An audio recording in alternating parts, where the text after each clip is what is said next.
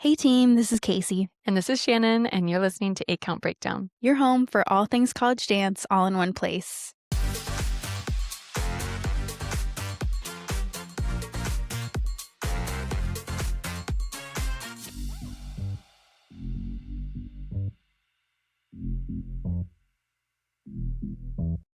So if you've been following for a while, you know that we covered UDA very thoroughly. Every division we broke down each week. And we started there because, a lot of social media has been covering that lately. It's been growing and growing every single year, like exponentially over the past few years with some of those dances going super viral. Not many people watch or even know about NDA College Nationals, which is coming up at the beginning of April. So we wanted to jump back in and bring you some weekly podcasts again about NDA to either share with people who are following teams that go to that competition or to introduce some people who maybe started following us because of UDA and now get to learn about NDA in the process. Yeah, I think there is this huge call now for dancers from NDA, especially, hey, we have great dances too, and really awesome dancers and some amazing wow moments. So starting to pull some of the new UDA fans over to NDA this year, I think there's kind of this overall call, not just from the teams, but from just the dance community in general. So full disclosure, NDA is new to Shannon and I. We are hopping on the bandwagon and we are so happy to, though, and we are going to utilize our resources. We have several connections that have been to NDA before, so over the next couple of weeks we're going to pull on the experts and have them talk to us about what it's all about because we want to learn. So we are learning about this with you, but I think that's what's going to make it the most fun, and we'll be able to break it down on a more basic level because we're learning it too. Yep. So, and we have found though that many things are similar to UDA because they're run by the same parent company. So we won't dig into everything because a lot of it is similar to UDA, but I think we want to mostly point out kind of some differences. Yeah. And speaking of them being under the same parent company, if you haven't listened to episode 4, which covers the history of UDA and NDA, you'll want to go back and listen to that first because that kind of breaks down how NDA and UDA have gotten to the place that they are. And I feel like it just gives you a good place to start. I believe that one is called Breaking Down UDA College Nationals. But yeah, at the beginning, Shannon does a really great breakdown of the beginning, the early years of... And let me tell you, there's some drama there. There's drama, there's tea. There's tea. So juicy. My jaw was on the floor. If you haven't listened to it, seriously, go listen to it. It's so interesting learning how these two companies started and how they kind of meshed into each other. They merged and are now together. It's so fascinating. Yeah, it is. So like Casey said, we're going to go over some of the differences. We're going to break down how teams qualify, the divisions and categories. There's a few differences there. And then what judges are actually scoring. But yeah, thank you guys for joining us today. We're really, really excited to talk about NDA. So to start, it stands for National Dance Alliance, and it operates under Varsity Spirit, like we said, just like UDA. They're sister organizations. What was his name? Herky? Yes. Herky started. Lawrence Herkimer. NDA actually was first. Yeah. I know UDA is the uber popular one right now, but NDA was first. Lawrence Herkimer started NDA, and then what was his protege's name? Do you remember? Jeff Webb. Jeff Webb was his protege and then branched off and started UDA. But then Jeff acquired both under Varsity Spirit back in God 80s? knows when. Yeah, the 80s, I think. Overall, both are major collegiate dance national championships. And then different programs traditionally compete at different competitions. I was looking to see if any teams do both, and I couldn't find any. If you listening know of any teams that do both, let us know. Because I think that would be fascinating. And I don't think you can. I don't know. Some reasons that a team might choose NDA over UDA are different coaching lineage, stylistic preferences, recruiting pipelines, program history. So if a program has been around since the very beginning and has always gone to NDA, they're probably going to stick with NDA. And teams switch competitions too. So yeah, absolutely. I think a lot of teams have started to do UDA. Not a lot, but a few teams have made the switch to UDA. And I'd be curious if that's because of the growing popularity, or I feel like we saw like a couple of teams leave UDA when their rules changed years Mhm. ago, and then now that it's gaining popularity, I feel like they're coming back. Yeah. But I feel like that's always gonna happen. It's Yes. always gonna ebb and flow like that. Yes. I really seriously don't think that everybody is just gonna start going to UDA because it's, Right. like, popular right I now. agree. Because now there's a push for NDA to be more popular, so watch everybody flood back to it's Well, just it's just always like gonna like there's a competition for every school, right? Like there's some schools that don't want to compete in the UDA space. Like it's just not for them. It's not for their school and what strengths they bring. You know what I mean? Like I just feel like they Yeah, find different like things suit different people. It yeah, could be, like, even exactly. the time of year too, like, some Right. teams works out better in January, some works out better in April, April. having that time Yeah. after football and basketball season, like that Mhm. makes sense to me. Like if I were a coach, I'd probably like Yeah. that would make sense to me to do NTA in order to have that Yeah. time. Well, I'm curious though because March Madness bleeds into April. So I'm like, Mm. what if a team that does NDA, their Ooh. school is in March Madness, They the would have to choose playoffs? between NDA and March Madness. That would suck. What would you do? I'm curious if any teams have to do that. I don't know. We will see, these are all I'm things that we're now gonna keep an eye on now that we're, yes. like, super aware of NDA, and I feel like that's what our goal is with this episode is, like, let's be aware of it, Yeah. let's be watching this and have this be As soon as that March Madness bracket drops, so we're recording this in early March, so it yeah. hasn't dropped yet. But as soon as that drops, I'm gonna be like Which teams cross-referencing and being like, okay, do any teams have to cross-referencing our brackets. We're gonna have a bracket for dance and a bracket for basketball. Yes. But yeah, and it's not because either competition is, like, higher Yeah. than the other, just different, like you said, ecosystems Mhm. within the sport that fit different for different teams. But before teams even get to nationals, we found out that they have to qualify Mm. for NDA. Yeah, this was learning for both of us. So you do not have to qualify for UDA. You just register to go. Whereas NDA, we found out have like a couple different qualification pathways. And I do want to start off by shouting out Hannah Mokel, who she I was on Premier Dance team with her at University of Minnesota.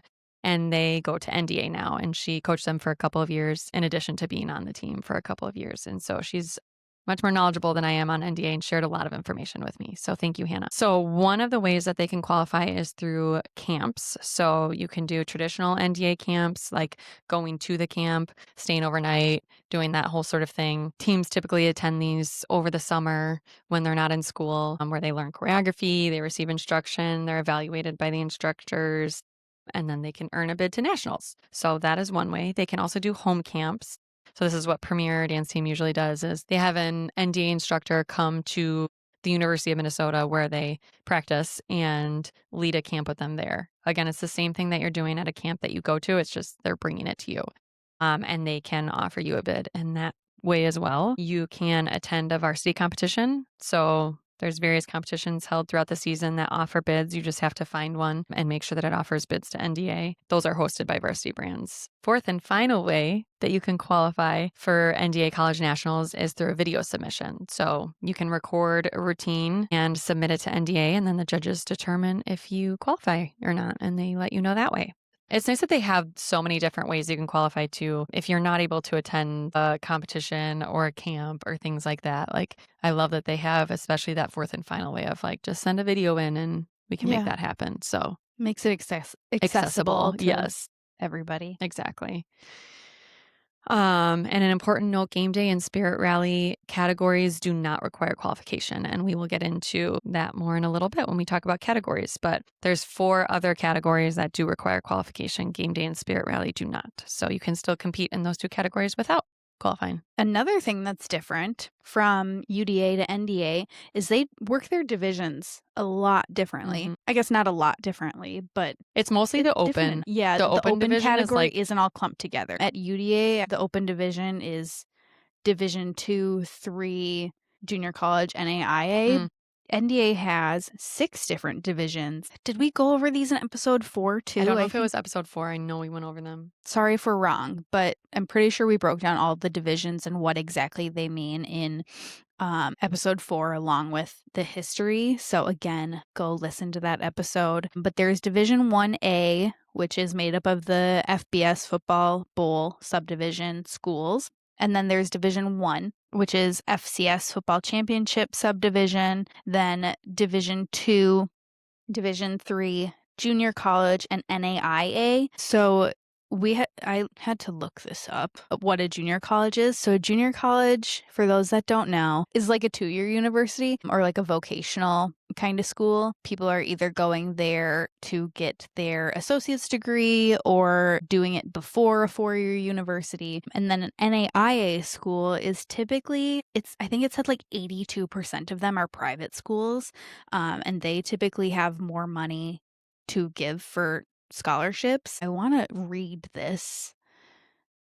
An NAIA college is a 4-year institution that is part of a governing body for smaller athletic programs, focusing on balancing character-driven competition with academics. These schools typically offer athletic scholarships, smaller student populations, averaging 1,400 students, and 82% are private, faith-based institutions. Over $1.3 billion in financial aid is awarded annually, often using equivalency-based scholarships that can be split among athletes.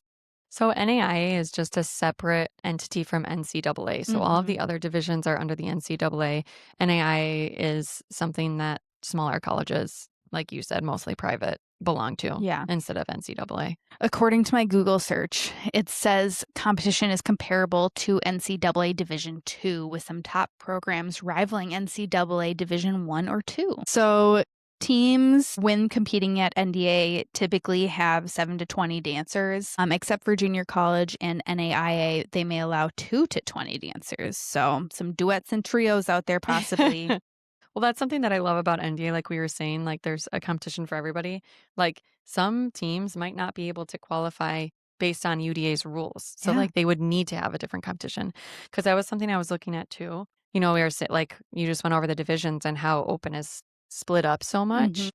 And I'm like thinking, like, I wonder how many schools are competing in each of these categories. If they're so split up, it's like fewer schools. Yeah. And I remember reading as we were kind of doing research on NDA that, like when they were talking about who qualifies from like semifinals to finals and how if there's like fewer than 6 teams, I think it said 4. If there's fewer than 4 teams, yes, then they all go to finals. And I'm like, they have 60%. categories for Did it say 60% advances? 60%. Okay. Yeah. I think to your point, there's a competition for everybody. Like some schools may only have 4 dancers and they're not able to compete at UDA because open division requires more than 8. I want to say. I might be It's either that misremembering. or 12. I feel like it was a big number. Like I don't Yeah. remember watching a dance that was 8 seems right. Yeah. But yeah. What if there's a team that's a junior college, it's a 2-year university, they only have 4 dancers, but they really want to compete? This is the perfect thing for them. Yeah.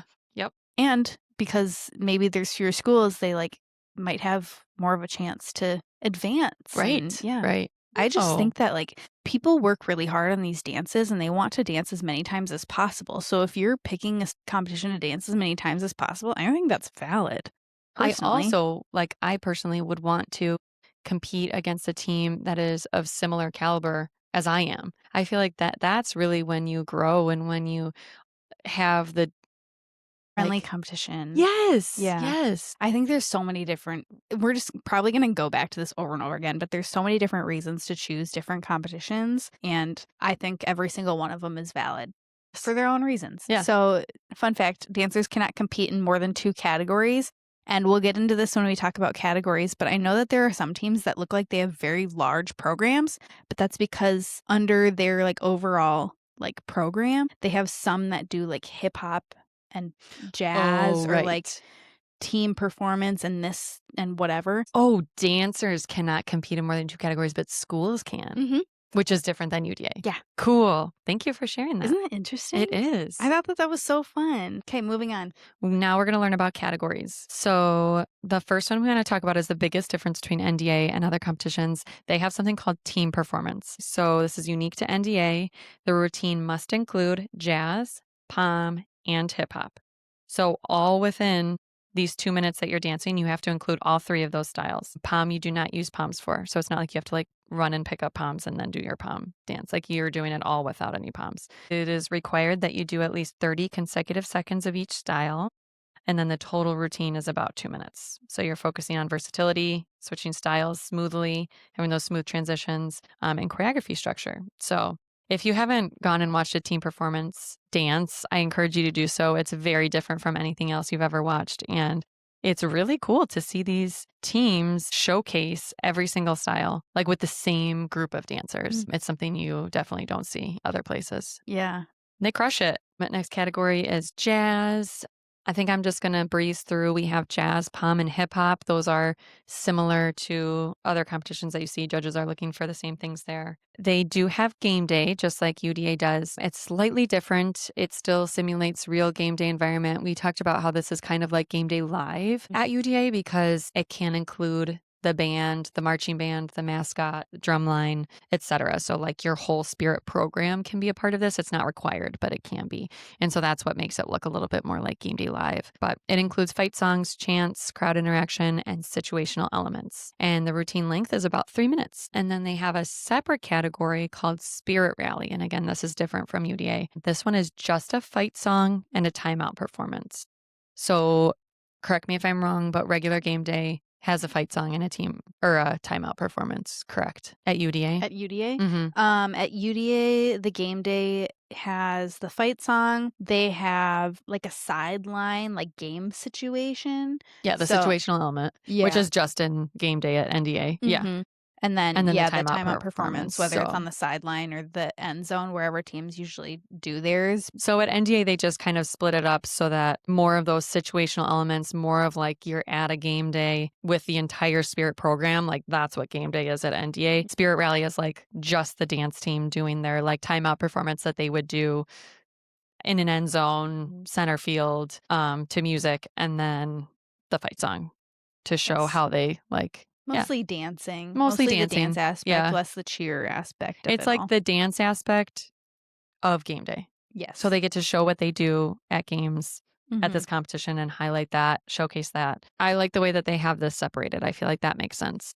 I think it makes a lot of sense, yeah. The routine length for Spirit Rally is about 2 minutes and 15 seconds. So it's a little bit shorter than game day as well, which makes sense if you have more people and more things to include in game day. Now we want to talk about what the judges look for. So this is kind of we're going to talk about the score sheets. I think there's a lot of things that are similar between UDA and NDA, so we'll kind of breeze through everything. But I really, really appreciated, so on Varsity's website, NDA has like a scoring guidelines, and I'll share these in our notes, but I thought that they were incredibly helpful for like letting teams know how they're like why they're scoring the way they are, I feel like because that's what it's best for. Like after you get your scores back, okay, what do we need to improve on? each section from the score sheet has like a range of scores. So the range of scores aren't like numbers, have like low, medium, and high. So you're either scoring low, you're scoring in the middle of the pack, or you're scoring high. Typical scoring captions include quality of movement, uniformity, choreography,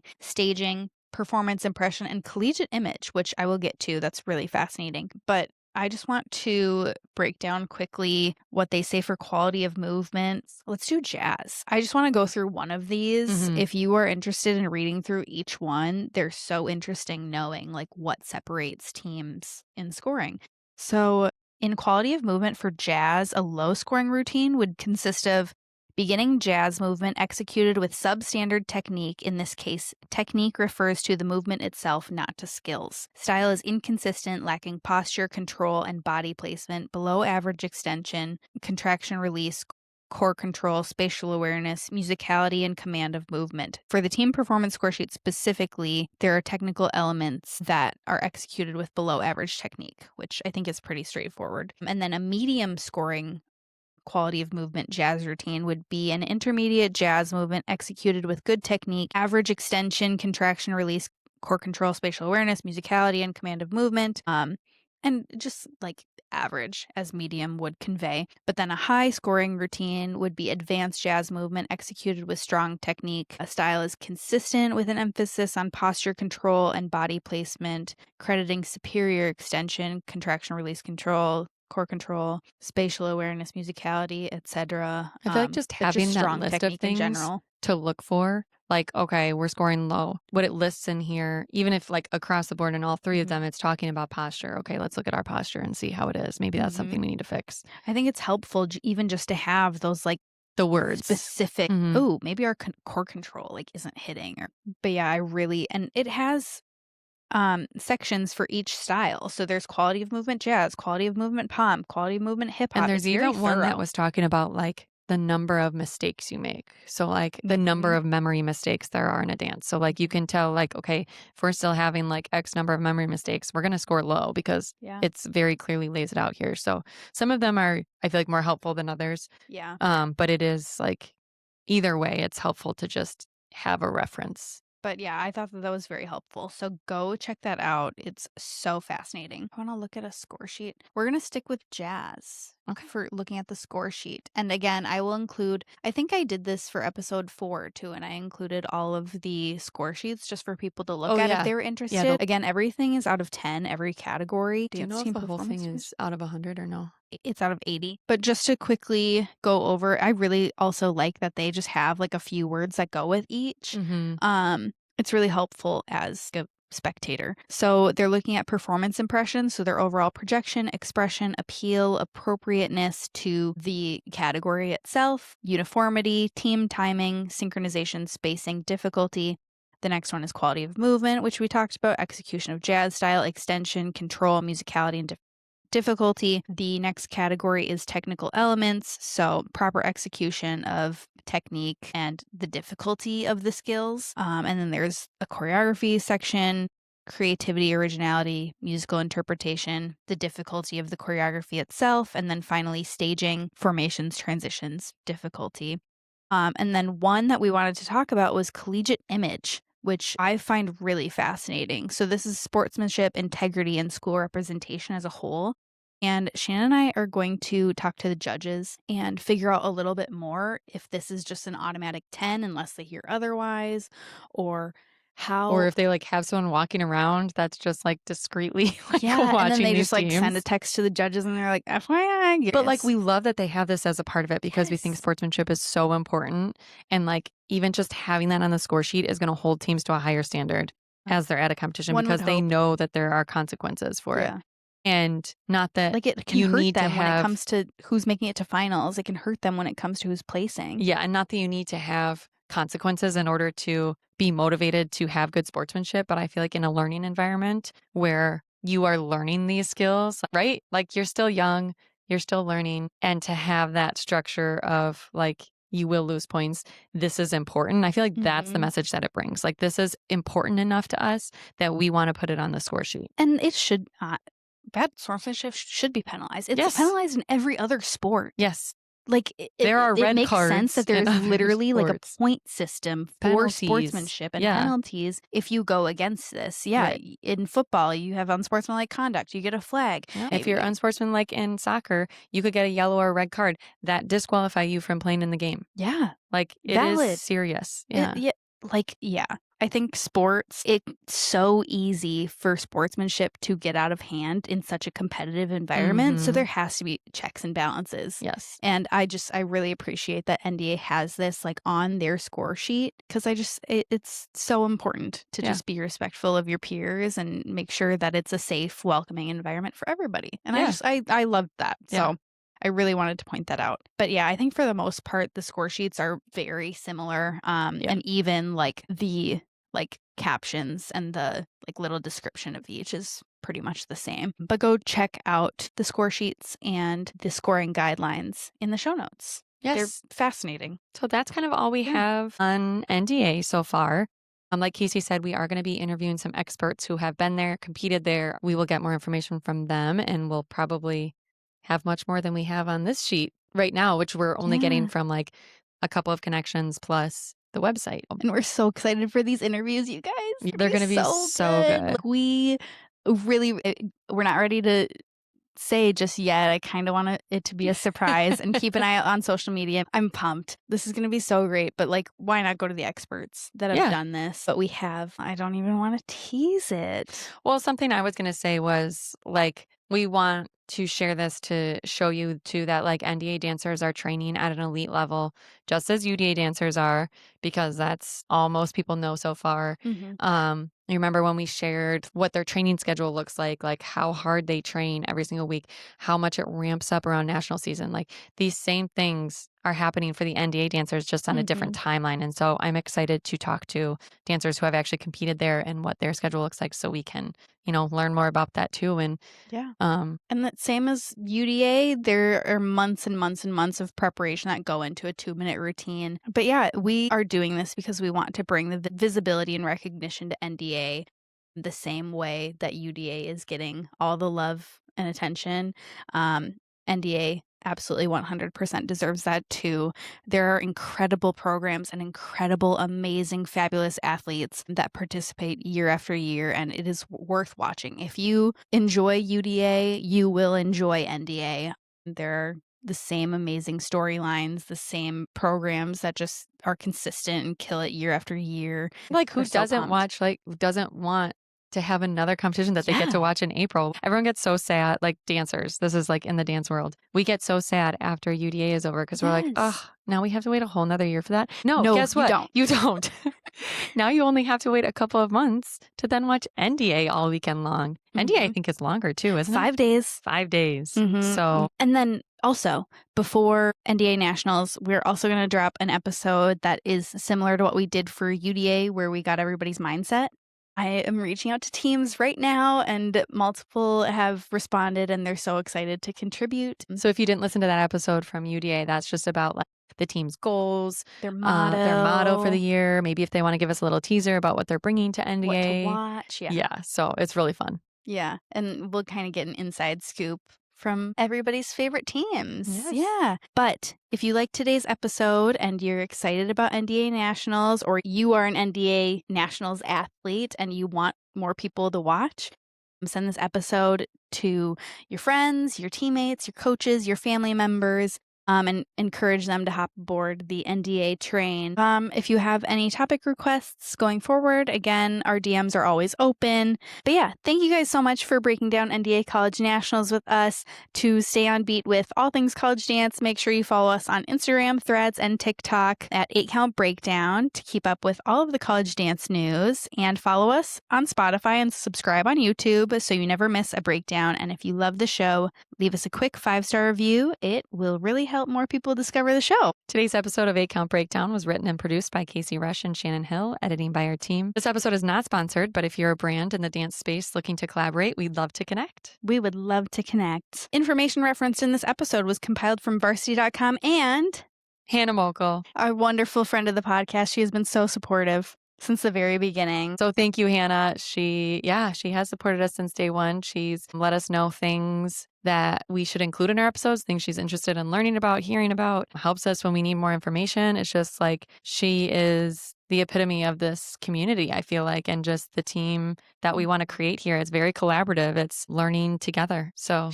And she's a fabulous member of the Minnesota dance she community as a is. whole. I feel like she is so on top of everything Minnesota dance, and I guess nationals dance too. So she is so, so wonderful. Thank you, Hannah. We love We and love you. appreciate you. And just a huge thank you to everybody. We thank you guys for supporting us even through our break. But we are so excited to be back, and we're so excited to be covering NDA now. There were multiple people sending like topic requests and team requests, teams that Yes. they're excited to see at NDA. Yay. We thank We you love guys. that. Thank you everybody for reaching out. It really does help guide what we talk about. So please Yes. don't be afraid to just send us a quick team name. That's it. That's all it takes. Because admittedly, again, we are newbies to Yeah. NDA. We don't even know all We're the teams sorry that are we're competing hopping here. on board late, but we're so excited too because there are teams that I have been starting to follow because of dancers that we've met through our like professional cheer experience. There are several dancers that I've now danced with that went to NDA. So it's been fun to then follow their teams the last few years and watch. So I'm really excited to be covering this and like kind of force myself to learn the differences. Yeah. Watch new teams, learn new things. More dance. Nothing wrong with more dance. Oh my gosh. Give me more dance. Let's create another competition that we can watch that's in the summer. Ooh. All right. We'll catch you right back here next time for all things college dance. This has been A Count Breakdown.